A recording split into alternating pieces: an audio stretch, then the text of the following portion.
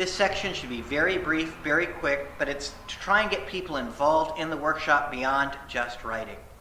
And you want to get people involved and get them to know a little bit about you, but really to get them realize that there are a whole lot of folks here and to get them to participate. What's interesting about this, people are often concerned about how many people are at the workshop. I've discovered what doesn't really matter is who is at the workshop, but in terms what's more important is how well people participate and do they really get involved. I had a congregation of 120 once send 85 of its members to a BCT workshop, and I had a congregation of 800 have only 19 members of the congregation show up at a BCT workshop. Usually about 20% of the congregation shows up, and average numbers are somewhere between 20 and 30 for smaller congregations, though oftentimes in smaller congregations you see more. What I've discovered over the years, it really is about how people participate more than anything else. And I always remind the folks, regardless of who's in the room, they will get something out of the workshop.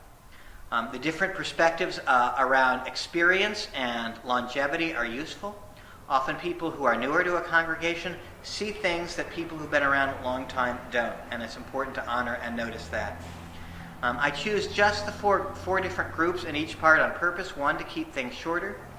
Two, just to help things, people see that there are a variety of ways that people can be a part of it. It also makes sure that everyone gets involved in at least twice during these 2 rounds of questioning.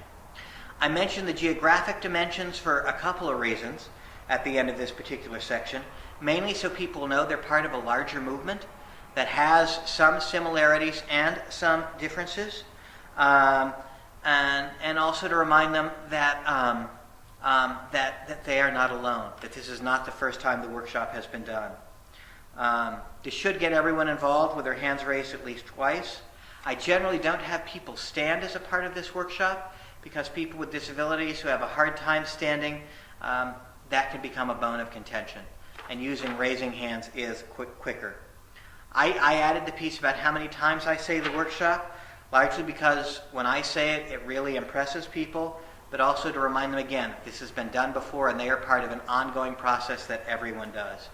It's important for you to make your own judgments about what you say about introducing yourself, but I would encourage you to keep it brief. One interesting fact for you to know is that most every congregation in a search now does Beyond Categorical Thinking, and that is something that has shifted over time.